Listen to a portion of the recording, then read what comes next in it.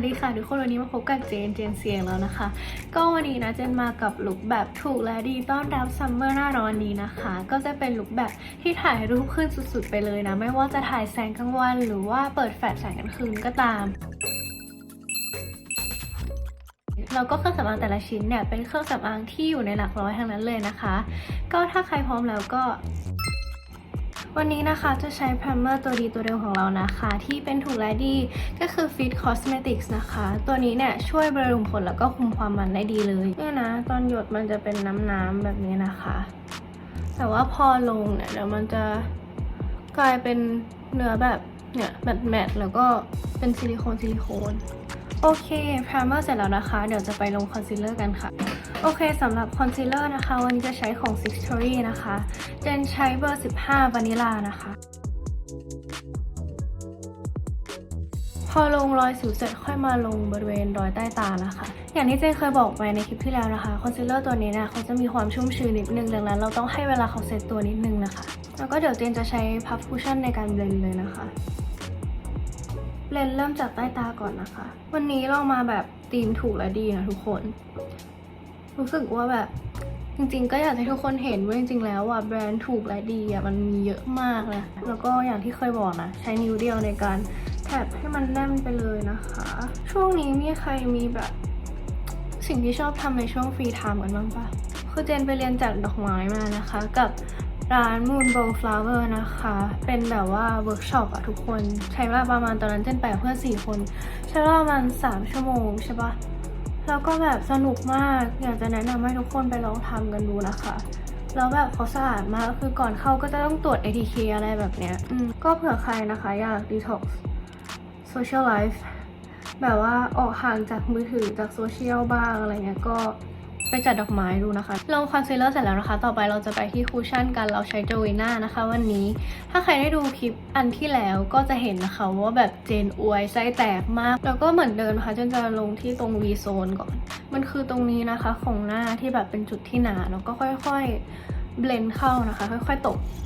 เข้าไปตรงจุดที่บางนะคะจริงทริคของเจนอะเวลาลงตรงจมูกอะก็คือเจนจะลงแบบให้เนื้อผลิตภัณฑ์มันเหลือหน่อยที่สุดบนพัฟก่อน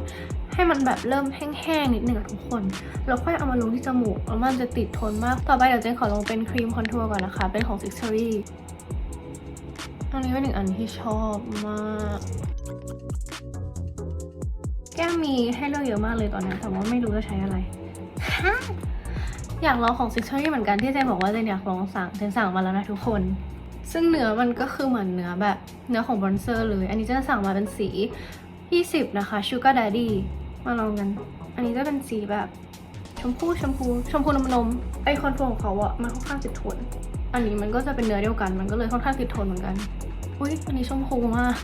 จริงๆเขามีสีอื่นด้วยนะแต่ว่าเจนเอามาลองก่อน2 สีก็คือเป็นสีอันนี้นะคะ Sugar Daddy กับสี Love Bird แต่สี Love Bird คือมันแดงมากเลยอะเจนยังไม่ค่อยกล้าใช้เท่าไหร่อะ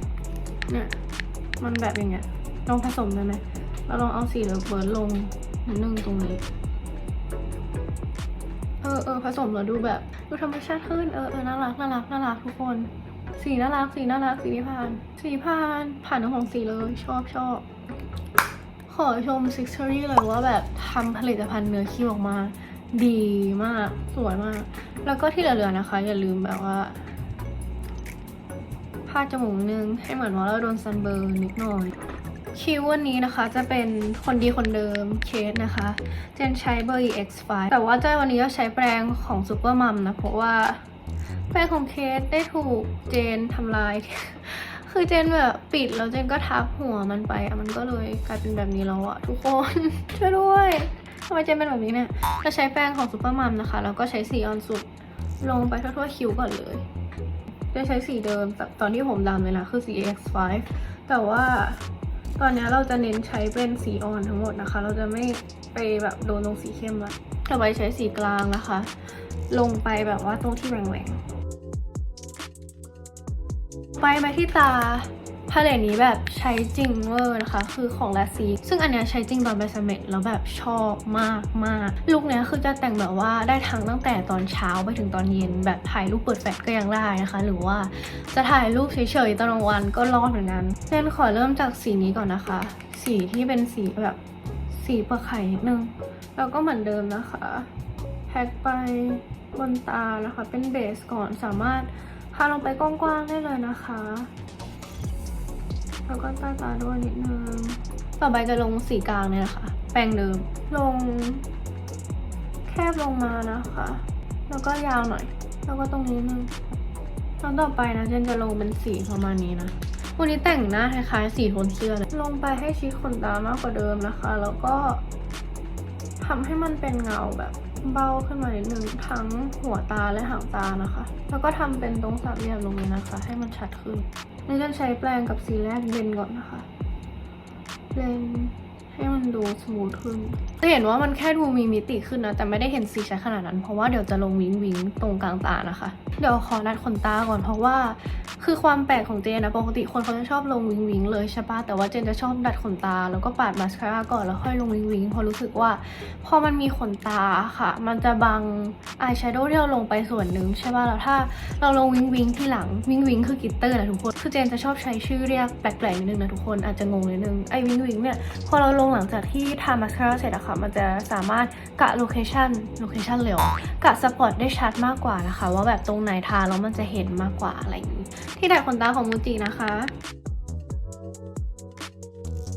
ต่อไปมาสคาร่านะคะจะใช้ของพี่พีชนะคะตัวนี้คือ Peach Lash So Waterproof Perfect Long and Curl Mascara นะคะเป็นสี black ตัวนี้มีสีเดียวนะคะเป็นสีดำคือหัวมาสคาร่าเขาว่าค่ะจะมี2ด้านไอ้ด้านสั้นน่ะจะเป็นแบบช่วยจัดเรียงขนตาแล้วด้านยาวทำให้ดูแบบหนาแล้วก็ยาวมากขึ้นตัวเนี้ยคือขนตาทุกอย่างสวยไม่เป็นก้อนไม่เป็นมุมแล้วแบบปัดออกมาได้ยาวแล้วสวยเรียงเส้นมากแต่ข้อเสียเนี่ยคือพอตกเย็นมันจะแอบมีแพนด้าแบบนิดนึงแบบนิดเดียวจริงๆตรงเนี้ยแต่อันนี้คือเจนหน้ามันด้วยนะเวลาปัดขนตาค่ะจริงๆแล้วอ่ะให้เน้นที่ประมาณช่วงกลางตาก็พอนะคะเพราะว่าเดี๋ยวตอนช่วงห่างตาเราอ่ะพอเรามีเส้นไลเนอร์มาไกลอะค่ะมันก็จะดึงสายตาไปที่เส้นไลเนอร์มากกว่าแล้วค่ะโอเคพอได้ขนตาประมาณนี้นะคะเดี๋ยวเราจะมาลงกลิตเตอร์กันแล้วเย่วันนี้จะใช้กลิตเตอร์อันนี้นะคะเดี๋ยวจะสวอชให้ดูก่อนกลิตเตอร์ที่ชอบมากดูมันเป็นเม็ดเล็กๆละเอียดอะแล้วเนื้อมันแบบ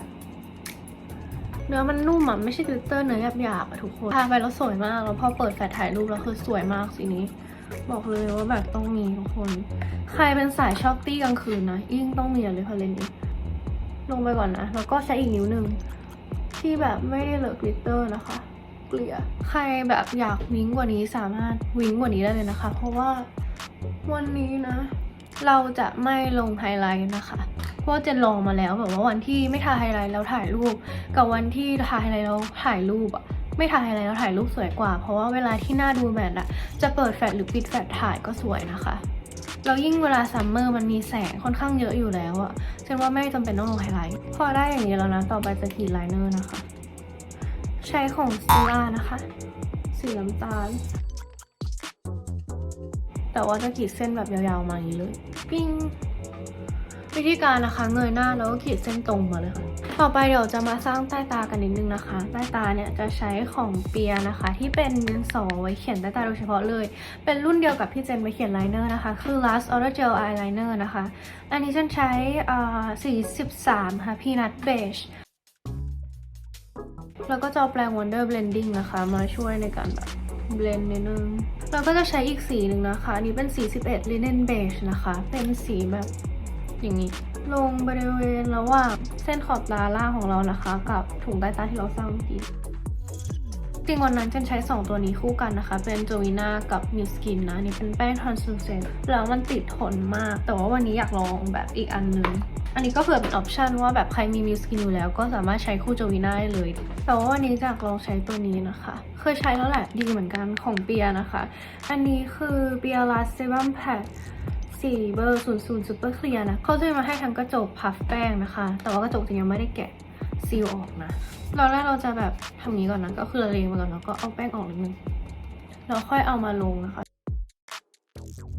จริงๆวันนี้ใครจะให้มันดูแบบบรอนซ์หน่อยก็ได้นะก็คือติดส้มหน่อยหรือติดน้ำตาลกว่าปกติหน่อยแต่ว่าจะใช้ตัวเดิมเพราะว่าเป็นถูกไอดีของเจนที่รักนะคะกับแบรนด์ของ Brow It น้องฉัดนะคะคอมโบวีเบียกับ Six Story ทุกคน ติดทนมากโอเคตอนนี้ได้ประมาณนี้นะคะเดี๋ยวจะขอเพิ่มแก้มนิดนึงจริงๆแล้วตอนอยู่ที่นู่นจริงๆอะเจนใช้Chanel Le Chain de Chanel นะที่เป็นสีออกเดี๋ยวจะแปะรูปให้ดูตรงนี้จึ๊ดแต่ว่าอันเนี้ยคนพบว่าแบบมันคล้ายกันมากเวลาปัดออกมานี้คือ Can Make นะคะGlow Fleur Cheeks เบอร์10คล้ายมากเวลาปัดออกมาลิปจริงๆอะกำลังคิดอยู่ว่ามันสามารถไปทางนูดเลยก็ได้นะก็จะดูสวยหรือแบบไปทางแดงเลยก็จะสวยเหมือนกันดูแล้วเราลงอันนี้ดีกว่าลง Happy Sunday นะคะอันนี้คือ Velvet Smooth Lipstick สีไลลานะคะนี่จะมีความนูดแบบ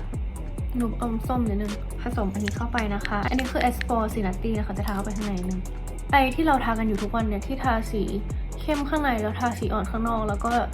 ออมเบรสีเข้มออกมามันเรียกว่า reverse ombre เว้ย ombre จริงๆคือการใช้ลิปสีเข้มในการวาดขอบปากข้างนอกให้ปากเนี่ยมันดูใหญ่ขึ้นแล้วก็เอาสีอ่อนค่อยๆแบบไล่เข้าไปข้างในเว้ยทุกคนคือเจนเพิ่งรู้กดโลกเวอร์ขอเล่นเพิ่มนิดนึงนะอยากลงอันเนี้ยอันนี้คือ Everpink นะคะตัวที่เป็น gloss ตัวนี้คือ Lip Sass Regina Georgeโอเคทุกคนนี้แต่งเสร็จแล้วนะเดี๋ยวขอไปใส่ accessory เพิ่มแล้วเดี๋ยวจะมาให้ดู finish look กันนะคะทุกคนนี่คือ finish look ของเรานะคะเป็น finish look แบบถูกเลยดีนะเครื่องสำอางแต่ละชิ้นที่ใช้เนี่ยไม่ถึงหลักพันนะคะก็คือเครื่องสำอางแต่ละชิ้นที่ใช้เนี่ยอยู่ในหลักร้อยหมดเลยนะก็เชื่อว่ามันออกมาดูดีแล้วก็ดูแพงมากๆเลยนะคะ